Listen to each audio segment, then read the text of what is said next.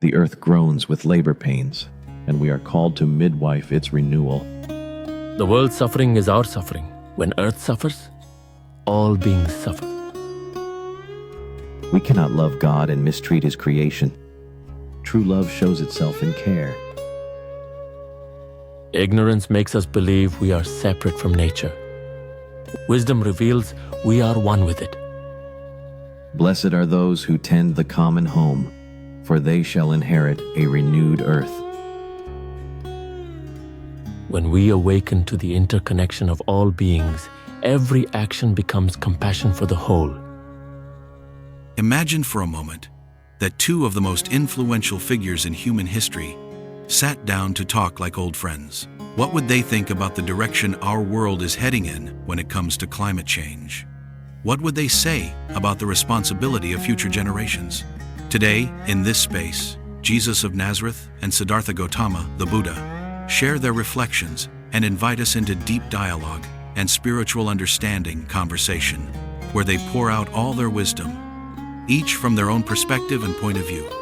Welcome to this sacred dialogue, where mutual respect and ancient wisdom illuminate the challenges of our times.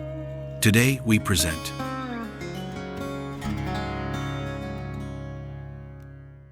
Dear brother Siddhartha, when I behold the state of our common home, my heart is filled with deep sorrow yet unwavering hope. I see my brothers and sisters forgetting that the earth is not just their home, but their mother, their sustenance, their own flesh.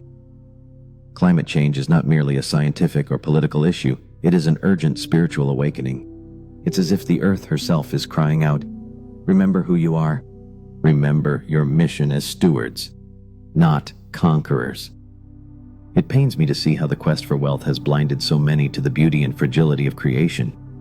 Yet within this crisis lies a chance to return to what truly matters, to recall that man shall not live by bread alone. How do you perceive this vast transformation humanity must undergo? Jesus, beloved friend, your sorrow resonates deeply in my heart. What you describe stems from the fundamental suffering born of ignorance and attachment. Humans have fallen into the illusion of separation, believing they exist apart from nature, as if they were separate from the great web of life. Climate change is essentially an external manifestation of inner imbalance.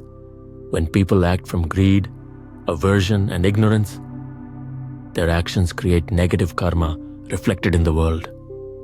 The earth becomes a mirror of our collective state of consciousness. But as you say, every crisis holds an opportunity to awaken. Suffering can be a powerful teacher when rightly understood.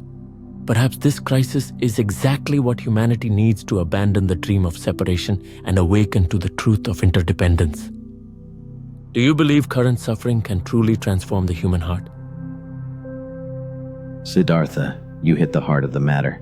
Yes, I firmly believe that suffering, when embraced with love instead of resistance, has the power to transform. On my journey to Calvary, I learned that there is no resurrection without crucifixion, no new life without dying to the old. The climate crisis is the crucifixion of a lifestyle rooted in selfishness and exploitation. But for those with eyes to see, it is also the promise of resurrection, a new humanity living in harmony with creation. When someone truly experiences God's love, they cannot help but extend that love to all creation. I've witnessed those lost in materialism undergo a heart conversion and become fervent caretakers of the earth. It's as if they suddenly see God in every tree, river, and creature. True outward change always begins with inward transformation. How do you guide people toward this profound shift in consciousness? Jesus, your vision of transformation through suffering illuminates a profound truth. In my teachings, I present the Noble Eightfold Path, the way from suffering to liberation. Applied to our ecological crisis, we might talk of a green path to harmony with nature. First comes right understanding, clearly seeing we are not separate from nature, that our well-being is intrinsically connected to all beings. Then comes right intention, developing a genuine will to live in a way that causes no harm to others or the planet. The key is mindful practice. When people become truly aware of their actions, what they eat, what they buy, how they travel, how much energy they use, this awareness naturally leads them toward more compassionate choices. It is like awakening from a dream where we acted without awareness of consequences. But perhaps most important is cultivating compassion for future generations. How might we help people expand their circle of concern beyond immediate needs? Brother, your question touches one of the most beautiful dimensions of divine love, its capacity to transcend time. When I taught, love your neighbor as yourself, that neighbor included not just those living today, but the children yet to come, the generations who will inherit what we leave behind. At the core of my message is the idea that true love always thinks ahead. A parent who loves a child doesn't just care for their well-being now, but for the world they will inherit. Likewise, to love humanity is to love future humanity. It moves me to see young people today stepping into this responsibility with a clarity sometimes missing in adults. They understand that climate change is a matter of intergenerational justice. It is beautiful when a young heart rises in righteous anger. Such sacred indignation can move mountains. Yet we also need to heal generational wounds. Elders may feel guilt or attacked, while the young feel frustrated and misunderstood. How do we build bridges of understanding that unite all generations in this shared effort? Jesus, your vision of love that transcends time is deeply wise. In my teachings, I explain how our actions create karma that extends far beyond individual lifetimes. Every action sends ripples across time, affecting beings we may never meet. To build those intergenerational bridges you mention, I believe we must practice what I call compassionate understanding. The elders acted with the awareness of their time. Judging them from today only creates more suffering. But that does not mean we cannot redirect the course. Dharma teaches us that change is the only constant. Just as seasons naturally change, human consciousness can evolve.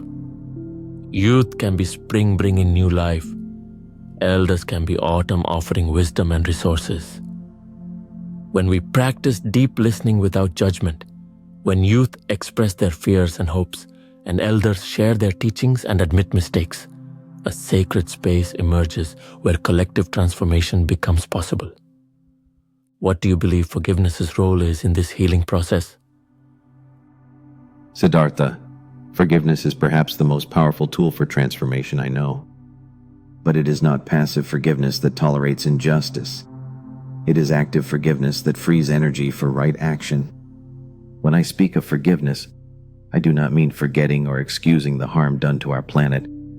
I mean releasing the heart from resentment so it can be filled with creative love. Resentment is like drinking poison and expecting another to die. It paralyzes, not liberates. I've seen those who have forgiven those who harm the earth become the most effective activists because they act from love, not hatred. Their message resonates more deeply, rooted in compassion rather than bitterness. Yet the hardest forgiveness is often forgiving ourselves. Many feel overwhelmed by eco-guilt for living unsustainably. Such guilt can be immobilizing. We need to learn to forgive ourselves in order to change authentically. When Mary Magdalene felt crushed by her past, I said to her, "Your sins are forgiven. Go and sin no more." Forgiveness isn't an excuse to remain unchanged. It liberates us to transform. How do you help people release paralyzing guilt? Jesus, your insight into forgiveness as liberation for action is deeply illuminating. In my teachings, I speak of how clinging to the past and guilt are forms of suffering that prevent us from living fully in the present. Eco-guilt, as you named it, is truly an unnecessary burden. The past no longer exists. It exists only in our minds. Clinging to it is like trying to change what cannot be changed. But the present is alive, full of possibility. I teach a practice called acceptance without resignation. Fully accept what has happened without resistance, for resistance only creates more suffering. Yet this acceptance is not passive. It is the foundation for right action now. When someone feels overwhelmed by eco-guilt, I guide them to see that every moment is an opportunity to plant seeds of compassion, a mindful step, a meal made with love for the earth, a conversation that sparks awareness. These are actions that create positive karma. Liberation comes when we understand that we don't need to be perfect to contribute. We only need sincerity in our effort to reduce suffering for all beings. How can we inspire people to find joy in these small acts of care?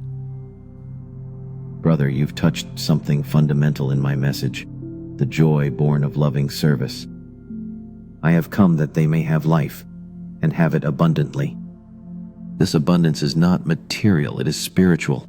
The deep joy experienced when we live in harmony with divine purpose. When someone lovingly tends a garden, protects a forest, teaches a child to respect nature, they participate in God's creative work. This involvement brings a joy that no material possession can offer. I've seen those who simplify their lives and choose sustainability discover a happiness they never knew existed. It's as if, freed from the burden of overaccumulation, their souls can soar. It is easier for a camel to go through the eye of a needle than for a rich man to enter the kingdom of heaven. Not because riches are evil, but because they often distract us from true joys. This joy in serving creation is contagious. When someone experiences it, others feel it and want to experience it too. It is like a light that turns on and lights other lights. How can we nurture this joy in communities so it spreads like ripples on water? Jesus, your vision of joy as the natural fruit of loving service resonates deeply with my own experience. In my teachings, I speak of mudita, the empathetic joy that arises when we delight in the well-being of others. When someone acts to protect nature, they are cultivating this expansive joy. Feeling joy when bees return to a restored garden, when a river runs clear again, when a species recovers from the brink, all are profound happiness born of compassion. The key is building what I call communities of practice, where people share both their efforts and their joys. Seeing others find happiness in caring for Earth inspires our own path. It is also vital to celebrate small wins. Each conscious action, sustainable choice, moment of connection with nature deserves recognition and celebration. This creates a positive cycle where joy fuels more compassionate action. Most importantly, teach that this joy does not depend on perfect outcomes. The joy lies in the act of trying, of caring, of loving. When people grasp this, they release discouragement and sustain their commitment over time. What final message would you share with those seeking this joyful path of care?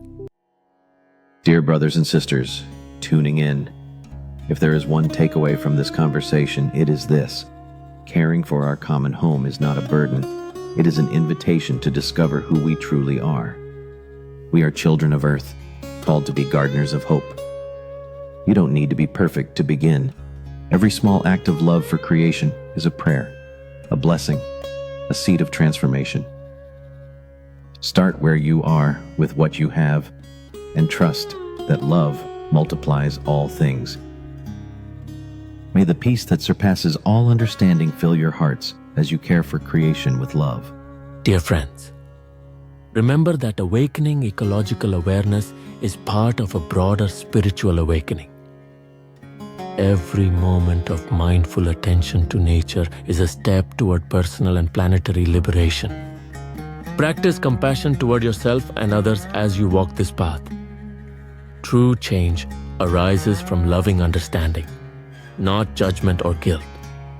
Trust your inner wisdom and your power to contribute to the healing of the world.